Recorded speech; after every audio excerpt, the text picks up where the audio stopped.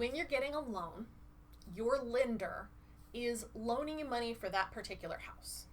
Okay, so this is an important point. When you go get your pre-approval with your lender, which you will, and we will talk about that, when you get your pre-approval, the lender is saying, well, based on your financial picture, right? We've taken a snapshot of your entire financial life. If you brought us a house that was worth XYZ, we'd be willing to lend you money for that house. So pre-approval is assuming all things remain the same and you find a house that's worth blah, we'll lend you blah. It's kind of how that works. It's a pinky promise. They're not beholden to it. If anything about your financial picture changes, they can very easily say, well, this number's different. That actually doesn't meet our guidelines anymore. We are not going to lend you that money. The other thing that they do when they are actually processing your loan is they take a look at the collateral, that house. Because if you don't pay for your mortgage, they will take that house back away. The lender will come and they will foreclose and they will take it and then they will own it because they're kind of who paid for it. Now, the agreement you have with the lender is that one day when you're done paying it off, you own it. And then you can do with it what you want. And frankly, you can do with it what you want now as long as you keep paying your mortgage. So when you're getting your loan, they're going to do an appraisal. An appraisal is an independent opinion of value. Please take a moment to insert any adages you may have ever heard about opinions here. An appraiser is going to give us an opinion about the value of the property. So if the appraiser comes in and says, I know you're paying this, but I actually think this house is worth that. We have a problem. We have a problem that is about this amount of money because your lender is only going to lend for that. The lender's only going to lend for the appraisal. So what you have to do is dependent on your contract. So this is the sort of thing that you're going to have to talk to your agent about. In the marketplace I'm in, it depends on what kind of loan you have as to how the rules of the road work for that. Long ago, if a property appraised low, you would have expected the seller to go, shucks, and agree to a lower price. In a marketplace like this, where you've got 10 other people stacked up ready to throw buckets of cash at you for that house, the seller may say, no, it sucks that it appraised low. You promised me this.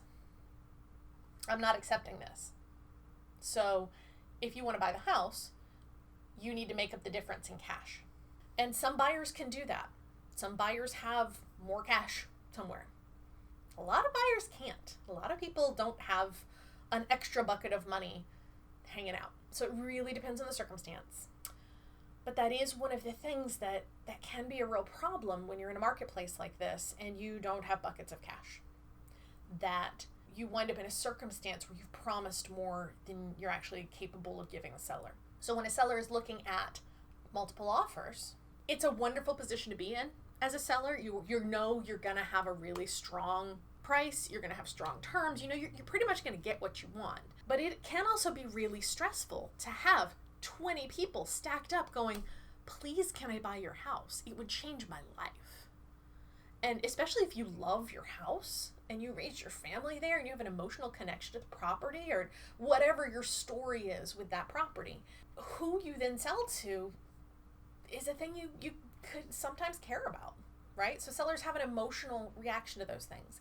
They also have a pragmatic, financial, logical reaction to those things. And one of the things that a seller always wants when they're looking at all of those offers is, how real is this?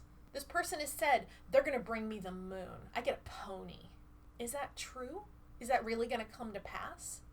Because I'm about to spend the next month, 6 weeks, 2 months of my life setting up what comes next based on what this person is promising me. So when they're reviewing all of these offers, they want to know that if it appraises low, that's not going to jeopardize the ability to get it sold. That if the buyer has extra money to come make up the difference, they're going to do that. Which is part of why whenever you are looking at different offers, a lot of the time a seller is going to pick a conventional loan with a higher down payment because they feel like those buyers are going to be more stable. That can often be true. It is certainly not always the case. There are plenty of people in this world who are figuring out how to make this work, and are crazy dedicated to making it work because they want to buy a house, and they will figure out what they need to figure out in as best their ability is. The assumption is someone with more cash on hand has more of an ability to problem solve if you do wind up with any sort of drama.